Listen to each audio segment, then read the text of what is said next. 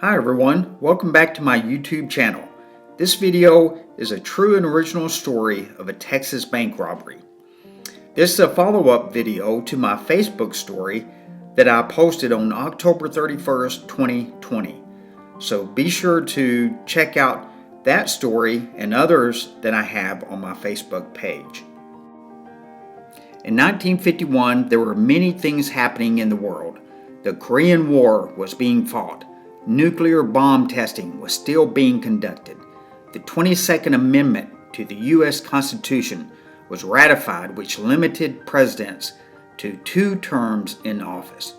The trial of Julius and Ethel Rosenberg, accused Soviet Union spies, kept people wondering what was happening.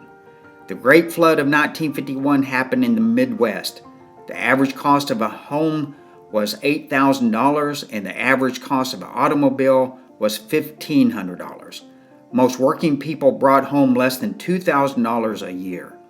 The year ended with the deaths of 119 men in a mine explosion near West Frankfort, Illinois. However, in 1951, peaceful country life was at its best in Boyd, Wise County, Texas. In the early 1890s, farmers settled in the area that is now known as Boyd.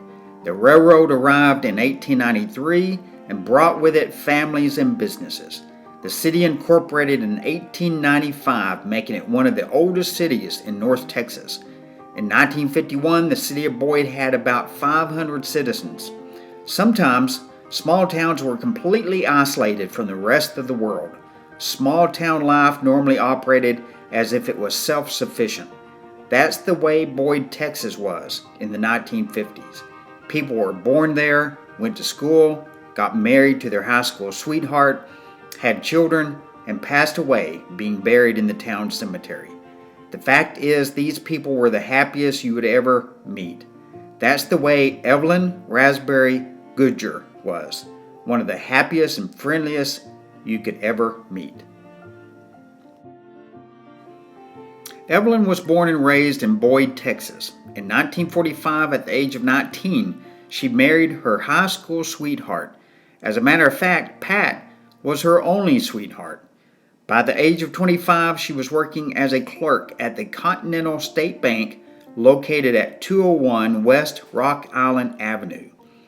The bank opened on April 29, 1909 and acquired federal insurance of deposits on May 25, 1937. Evelyn knew many around town, including her good friend Ernestine Taylor. Evelyn and Ernestine had been friends since early childhood, so it wasn't uncommon for Evelyn to walk next door from the bank to the city hall where Ernestine worked. Such was the morning of September 11, 1951. During her break, Evelyn had walked over to the city hall to talk with Ernestine. Her break being over, Evelyn walked back to the bank and Ernestine followed her to conduct some city business at the bank. They both walked in the back door of the bank, being the employee entrance. Once they were inside, they found the bank eerily quiet. The only sound they heard was a young voice shouting demands. Evelyn knew something was terribly wrong. The voice that the young women heard was that of 19-year-old Pete VARDAS. Pete was born near Boyd on a farm owned by his parents, Jim and Helen VARDAS. Pete's father had immigrated from Greece and moved to Texas to become a farmer. Jim VARDAS had a large family with 4 sons and 1 daughter. Just a few days before the bank robbery, Pete had met another outlaw named Carl William Powers, who was 27 years old and had grown up around Paradise, Texas. After getting to know Pete, Carl recognized that Pete lacked the mental capabilities of the average person. Years later, his mother, Helen, would tell the story of a farming accident when Pete was a young boy. He was hit in the head, and after that, as she said, he wasn't quite right. Carl had brought up the idea to Pete that they could rob a bank and make off with a bundle of cash. Pete was all for the idea. Carl had a 1911 Colt .45 caliber automatic pistol that he had bought cheap a few weeks before. He wasn't sure if the pistol worked because he never had the extra money for bullets. Anyway, the pistol looked good enough to rob a bank with. On the morning of the bank robbery, Carl and Pete drove to the 2300 block of North Main in Fort Worth. Carl told Pete to get out of the car and walk around till he found a suitable car to use in the bank robbery. Pete found a blue 1949 Chevrolet sedan. Pete was able to start the car and then joined up with Carl. Both men, with their stolen Chevrolet, headed toward Boyd, Texas. Carl told Pete that he knew someone that worked in the Continental State Bank, so he could not go in with him for fear of being recognized. So Pete dropped off Carl 1 mile west of town at a drainage culvert, where he could hide until after the robbery. At 1:55 p.m., Pete entered the Continental State Bank with the 1911 Colt in his hand. There was a total of 4 people in the bank. Along with the bank cashier, James Petty, there was a Sanger, Texas bank president, Harold Easley, Boyd businessman, Charles Jones, and another cashier, B.G. Freeman. Pete started shouting at the men to raise their hands and ordered James Petty to bag up all the money. At that moment, that's when Evelyn and Ernestine entered the back door of the bank. Evelyn heard the loud demands of Pete to James Petty. Pete was only in the bank for a few minutes.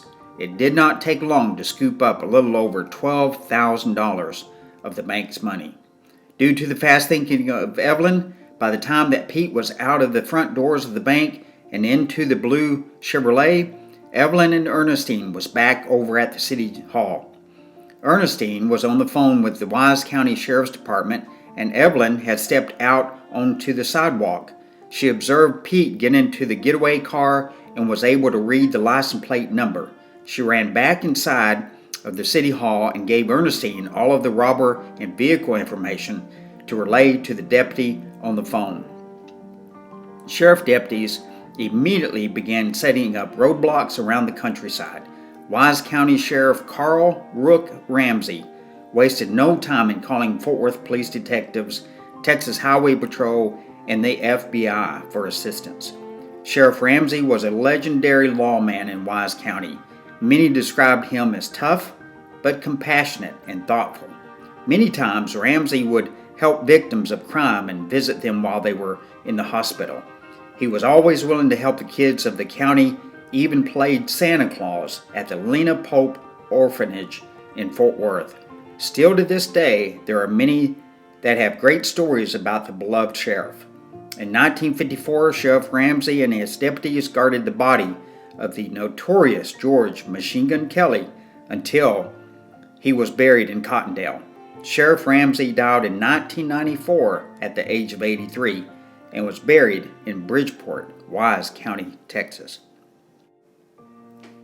A farmer plowing his field just west of town saw Pete pick up Carl at the culvert and gave the description to Sheriff Ramsey. The 2 bank robbers divided up the money and went their separate ways. Carl bought a 1950 green Ford at a used car dealer in downtown Fort Worth. Then he drove to Lubbock, Texas. There he was stopped by the police and soon became a suspect in the Boyd bank robbery to the large amount of money that he had. By November, Carl was charged and convicted of the bank robbery. The details of him using Pete for the robbery surfaced. He was given a 20-year sentence. Due to additional charges, Pete ended up in Leavenworth Federal Prison and eventually sent to Alcatraz. Investigators such as FBI agent Earl Haley and Fort Worth detective Arthur C. Howerton soon learned the identity of Pete, mainly due to Evelyn's description. Pete was wanted for numerous forgeries and robberies. Pete's wanted poster was sent all over Texas. On September 15, 1951, he was arrested in Houston, Texas. First, he challenged the police to charge him with the robbery. Then he confessed, and then he denied the confession. He told officers in Houston that he will avenge his arrest by violence. Pete was soon transferred to the Tarrant County Jail by U.S. Marshals. In November, Pete was sentenced to 10 years for the Boyd bank robbery and had other years given by lower courts for state offenses. However, by 1959, Pete was paroled and soon got into additional troubles. In February 1959, Pete stole a car in Haltom City and got into a chase with police. Officers caught him near his mother's house, who was living in Bedford at the time. During the arrest, Pete escaped and drove away in the Euless police chief's police car. The car was later found in Dallas, and Pete was arrested nearby. Later, police determined that Pete was suspected of several armed robberies around Fort Worth since being released from prison. Pete was convicted of several crimes. By April 1962, he was out of jail and was identified as the holdup man at the 7-Eleven store at the corner of Pipeline Road and Brown Trail. The following day, he was arrested at a Dallas motel in another stolen car. Soon, Pete stood trial for the 7-Eleven robbery. For the first time, Pete's sanity was questioned, and it wouldn't be the last time. In October 1962, while he was serving time in the Tarrant County Jail, Pete organized a takeover of the jail, along with 26 other inmates. Before the jailbreak happened, deputy jailers Duke Trammell and Harvey Threlkill found bedsheets tied together along with a few homemade knives that the inmates had made. Sheriff Lon Evans found out that Pete was the organizer of the planned jailbreak and sent Pete into solitary confinement for weeks. In February 1963, Pete committed his first known murder. On the 21st, while in Tarrant County Jail, Pete stabbed another inmate with a sharpened spoon handle, killing Benny Jack Nowell. Benny Jack was born in Everman and was only 25 years old. In July 1963, Sheriff Lon Evans testified to a judge that Pete was in desperate need of mental help. The sheriff stated that Pete was insane, in his opinion, and was the meanest and most vicious man he had ever had in the Tarrant County Jail. Pete was sentenced to the Rusk State Hospital for a short while. The murder charge against Pete was dropped. Later, he would be released from Rusk and declared sane again. In April 1966, Pete married Lillian Yvonne Bailey. Lily was 19 years old and was born in Louisville. Within a month of their honeymoon, Pete was charged with shooting his bride during an argument. She survived the gunshot and continued with their marriage for a while. Lily stayed with Pete until October 1971 when they divorced. They had one son and one daughter during their marriage. Not only did Pete carry the title of the meanest, most vicious man in Tarrant County Jail, but Pete also accomplished the title of having the highest bond set for a robbery at the time. In September 1966, he was charged with the robbery of the Easy Way Market in Euless. The judge, W. W. Matthews, set Pete's bond at $40,000, the highest bond amount to date in a Tarrant County court. Tarrant County judges were fed up with Pete's criminal behavior. Pete VARDAS was given a 99-year prison sentence for the Euless robbery and other crimes, a virtual death sentence for him. Pete and many of his attorneys appealed the decision and eventually placed the appeal before the U.S. Supreme Court in October 1975. The court ruled on the side of the state of Texas. Pete died on March 28, 1993 at the age of 61. He was buried in the Boyd Cemetery not far from the very people that he terrified on September 11, 1951. The Continental State Bank was demolished and a new bank building was built after it was acquired by Wells Fargo. However, in 2021, the bank building sits empty. Evelyn continued to work at the bank until she retired. She died on April 16, 2000 at the age of 74. Her service was held at the First Baptist Church of Boyd, where she was a lifelong member. Her husband, Pat, died July 28, 2016 at the age of 90. They were buried side by side in the Boyd Cemetery. Both were always involved in the schools, community, and city. Still to this day, many in Boyd miss Evelyn's smile and good nature.